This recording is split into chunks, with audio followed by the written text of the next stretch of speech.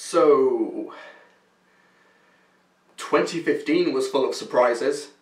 That's how I'm choosing to sum up 2015 as a year for movies. The movies people were hoping to be the next big thing were either average or didn't quite live up to the hype. The awards frontrunners were usurped by movies that came completely out of left field, and great movies came from unexpected places. Billion-dollar films shocked the world with their success, and new franchise installments flopped or outright bombed. It was an interesting year both artistically and financially, but this was such a great year for films that I just couldn't get it down to 10. I tried. I really tried, but this year was so good, I had to make it a top 15 list. But first, a few ground rules. I got a few complaints last year because I didn't include 2014 holdovers that were already up for awards consideration because UK release dates are awkward as hell, and I got so many complaints about that last year that I'm bucking that trend. Any movie from January 1st, 2015 to December 31st, 2015 is eligible for this top 15 list. That includes movies like Still Alice, Birdman, Whiplash and Selma, so those are all fair game. Also, I watched a lot of movies this year, 114 movies to be exact. That's more than most people see, and I reviewed every single movie that I saw. So if a particular movie didn't make the list, I either didn't see it, or I didn't think it was good enough.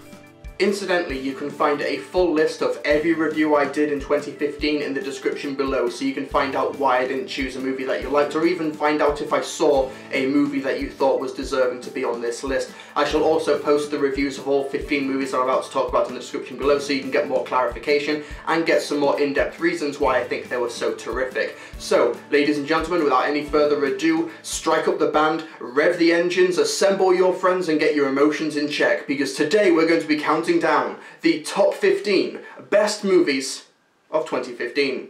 5, 6, 8.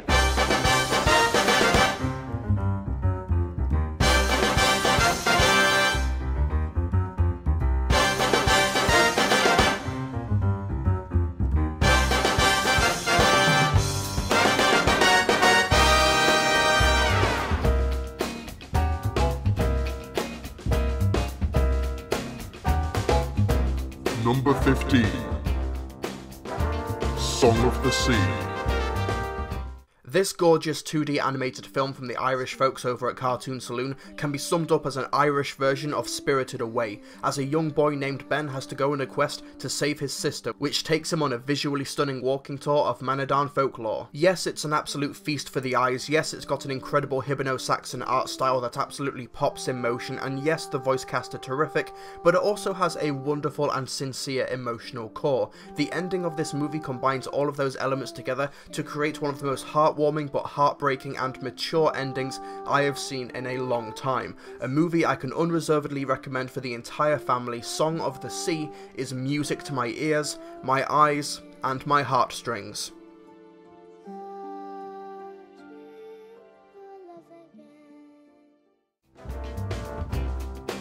Number 14, Krampus.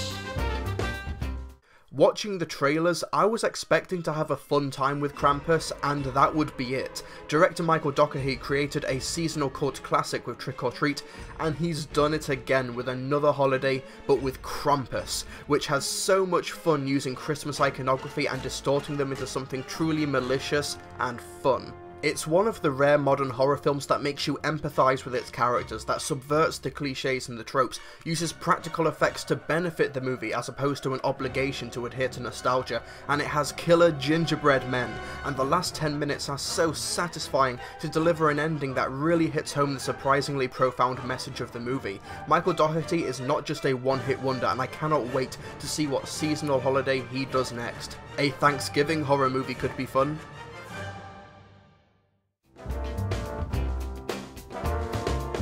Number 13, The Gift. One of the biggest surprises of the year, The Gift turned Joel Edgerton, a pretty good character actor who has starred in generic action blockbusters, into a bona fide auteur with this directorial debut. I'm actually rather hesitant to talk about The Gift in detail because it's a movie built around surprises, twists, double crosses and ambiguity that should be seen with as little prior knowledge as possible. The Gift is the type of movie that uses ambiguity well, and uses it to enhance its themes and to really hit home the point of its ending, as opposed to other movies that use ambiguity as a shield to hide lazy and inconsistent screenwriting. I'm looking at you, It Follows.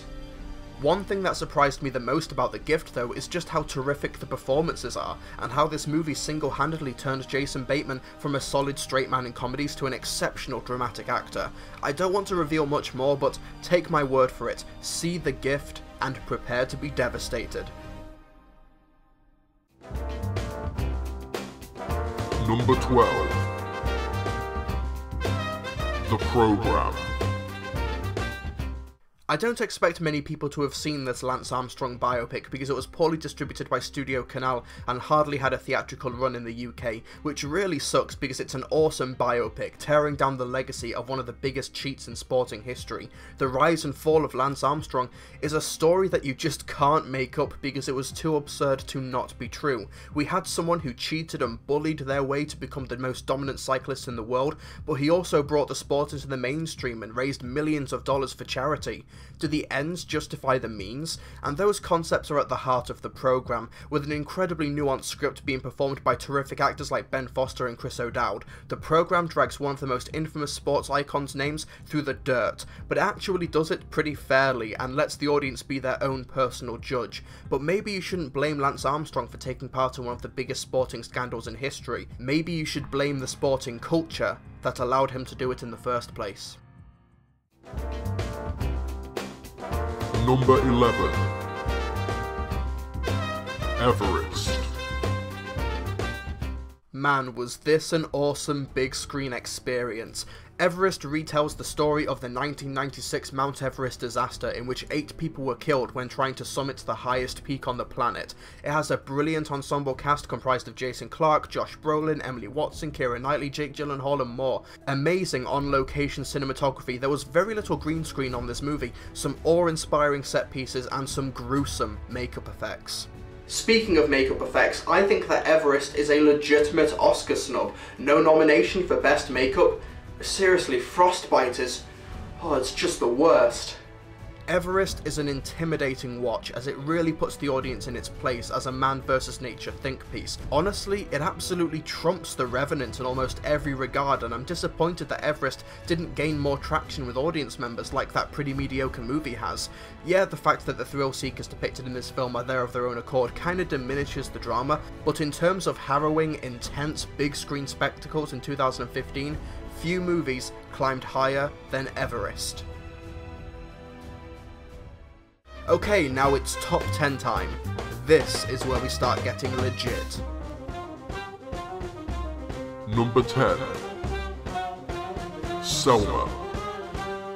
Easily the biggest Oscar snub in recent memory, Selma did get rather overshadowed by the fact that director Ava DuVernay and actor David Oyelowo didn't get Academy Award nominations, and I hope that isn't Selma's legacy, because it's actually an awesome, depressingly relevant Martin Luther King biopic that had an uphill battle of portraying a man known for his iconic speeches, but not being allowed to use his actual speeches. Yeah, it's kind of strange. DreamWorks and Warner Brothers have the rights to reenact Martin Luther King's speeches, and those are exclusive rights. Only they can do that. Hollywood is strange like that. Selma is a very powerful historical biopic that breaks down the legacy of Martin Luther King in order to rebuild him as a flawed but fierce and intelligent master manipulator of the media for the greater good. Selma transcribes brutal and indignant moments from history and lays them bare for the world to revisit with startling clarity and accuracy. Don't let this awesome biopic pass you by, because in the modern day, the marches of Selma feel more relevant than ever. Number 9. Kingsman, The Secret Service. Going into 2015, I couldn't have dreamed that in a year with a new James Bond movie, a new Mission Impossible movie, and a Steven Spielberg Cold War drama, that Kingsman, The Secret Service from evil genius Matthew Vaughn would be the best spy movie of the year. If you've already seen Kingsman, then you know that it's an awesome time at the movies, but it's also really complex and has a lot to say about classism, about technology turning people against each other, about corporations buying out the government. There's a lot of subtext under the skin in Kingsman, and it's actually really smart and thought-provoking. And I'm just going to ignore all of that and just gush over all of the fanboy things. Holy shit, did you see the Academy Award winner Colin Firth single-handedly kill a church full of racists? What about the scene where everyone's heads are exploding in a sea of colour? Or what about JB the Pug, or the awesome Samuel L. Jackson villain, and how funny Mark Strong is, and how the movie feels like Harry Potter, but for spies and with hardcore sex and violence, so it's automatically more awesome. Okay. Seriously, Kingsman the Secret Service is the real effing deal. I am tempted to make an editorial in future talking about all of the themes and the political subtext in the movie. In fact, let's be shameless, if this video gets 500 likes or more, then I will do an in-depth editorial on Kingsman the Secret Service. What are you waiting for? Get liking, and get your friends to like it too. But let's not ignore how it's one of the best pure action movies of 2015. I can't wait for the sequel. Number 8. Amy. The mark of a good documentary is that the director should be able to take a subject that you have no interest in, but should still manage to get you invested. Asif Kapadia did this with Formula 1 racing with his documentary Senna, and he did it again with his latest documentary based on the life and death of jazz pop superstar Amy Winehouse. Despite only talking about the life and death of one person, Amy is such a well-assembled and well-told documentary that manages to encompass the entire celebrity experience, the dichotomy between artist and audience, the fallout of childhood and teenage trauma, the danger of constant media exposure, and more in an easily digestible way. Asif Kapadia has created a wonderful, moving and tragic documentary, which is exacerbated by the fact that Winehouse herself in the movie is a personal force of nature and a compelling person to base a movie around, and the sheer amount of footage and behind the scenes videos of her life is simply unmatched in the theatrical documentary genre. For those who want a dark insight at the consequences of being a public figure in the 21st century, or worse, a talented public figure, Amy will meet your oddly specific requirements. Number 7. Mad Max Fury Road. Now, Mad Max may not be the 5-star action movie masterpiece that many critics have touted it to be, but it's pretty damn close. Despite numerous production issues, years worth of delays, coming out during a time when poor reboots are the norm, we have Mad Max Fury Road, coming out of nowhere and taking the world by storm.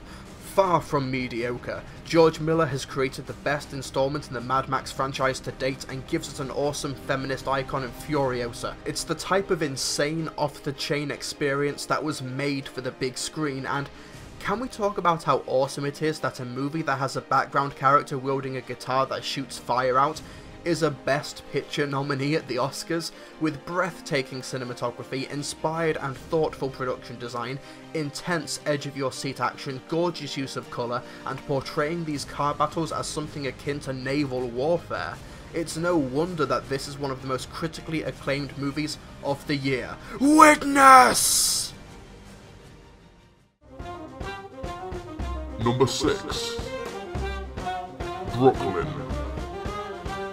How does one sing the praises of a movie like Brooklyn, a movie whose power comes from its subtlety, its in-depth characterization, its immensely personal conflicts, and incredibly modest and low-key narrative? Brooklyn is the type of movie where a character feels instantly tangible and fleshed out within 15 seconds of speaking, where an astute costume change can instantly change your perception of the story, where a movie that is sold in the trailers as a sweeping romantic melodrama actually works as well as it does because of its sheer, quiet confidence. Brooklyn is an intimate, slow burn of a movie, and bringing the whole thing together is Saoirse Ronan, who is just phenomenally good here. I'm so glad that such an understated movie has found success during awards season, and while many people will be cheering for the bombastic Mad Max or the intense Revenant come Oscar night, I'll just be sat in the corner, crossing my fingers for Brooklyn.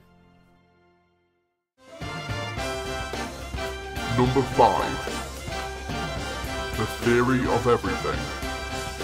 We all know what Oscar bait looks like, right? Based on a true story, preferably about a famous white guy with a disability, cheesy, saccharine-looking trailers, a go-for-broke lead performance, etc. Well, going into the Stephen Hawking biopic The Theory of Everything, I expected bland, pandering Oscar bait.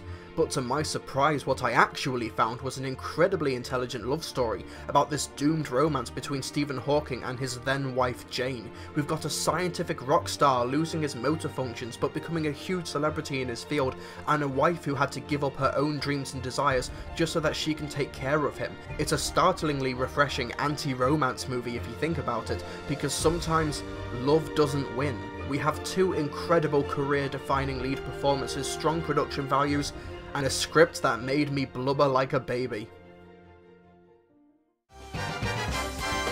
Number 4.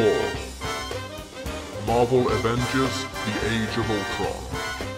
See, if you asked the internet, you would think that this is the worst movie ever made, and yeah, I don't get it. I think the story could have afforded to be a bit darker like the first teaser trailer suggested, but taken on its own merits, we have a movie that may not have the lasting cultural impact or the iconic moments of the first Avengers, but we have a movie that feels more confident, more layered, and more ambitious than its predecessor. I will say that Avengers Age of Ultron is a more imperfect movie than its predecessor. I can nitpick at it for a while, whereas with the other one I think that screenplay is kind of airtight.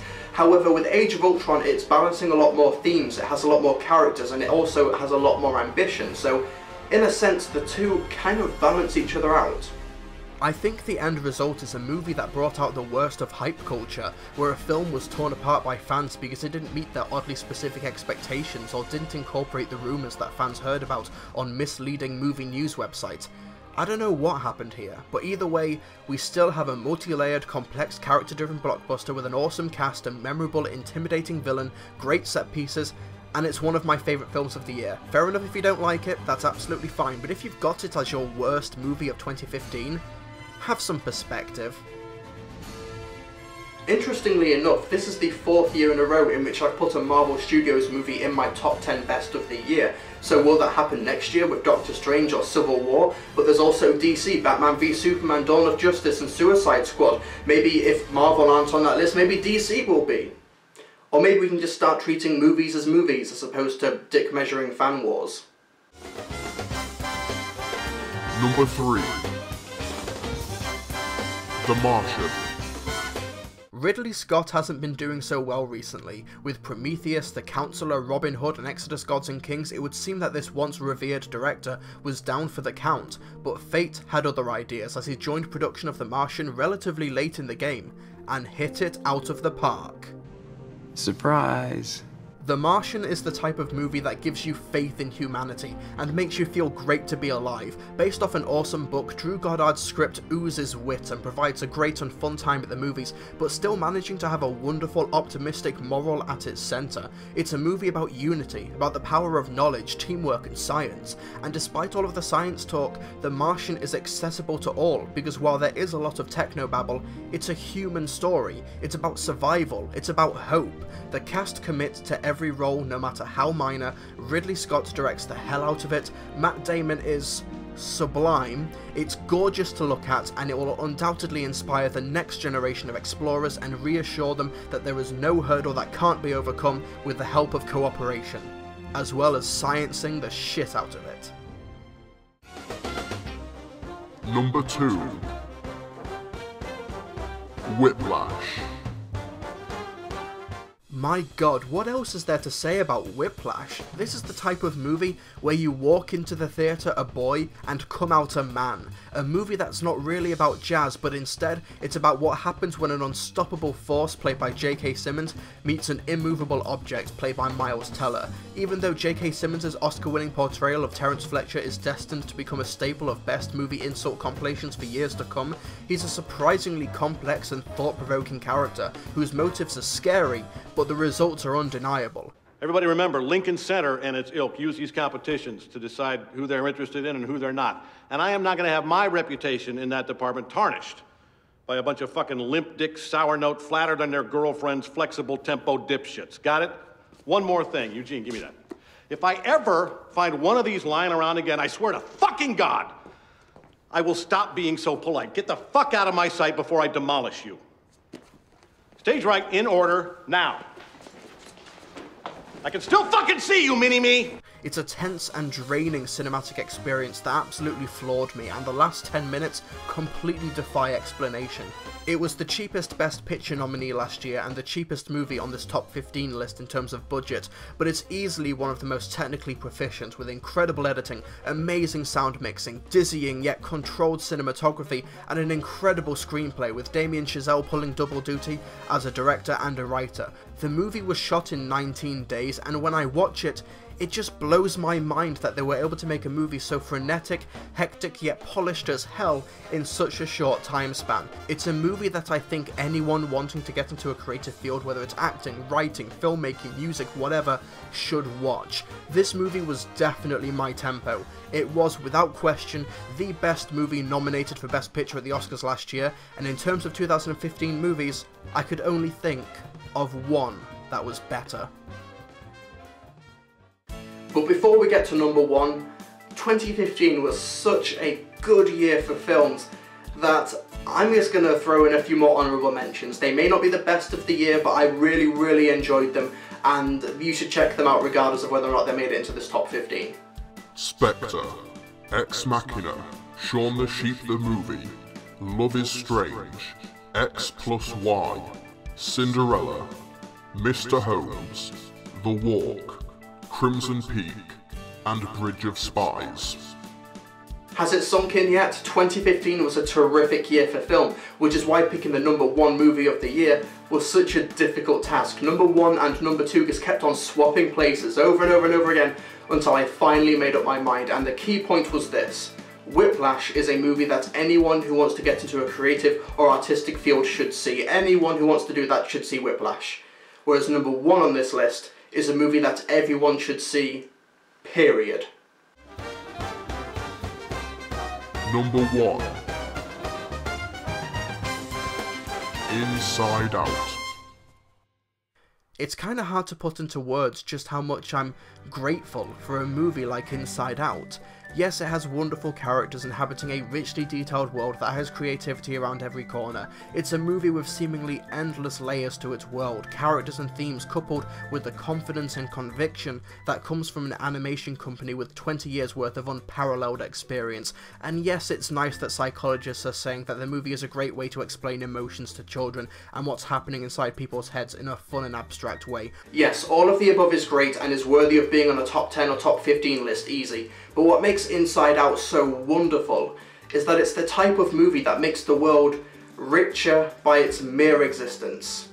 With Inside Out, we essentially have a movie that is a perfect amalgamation of the human condition. It's able to make tangible the complex and seemingly incomprehensible thoughts about growing up, about what depression feels like, having days where you just can't emotionally function. It has the guts to say the unthinkable, that it's okay to be sad, that it's okay to move on, it's okay to let go.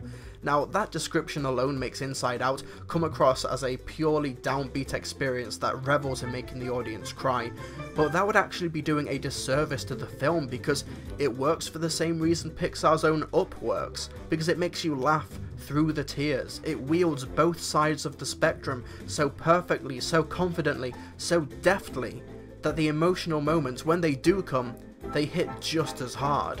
It's the type of movie that could possibly change someone's life or their outlook on the world.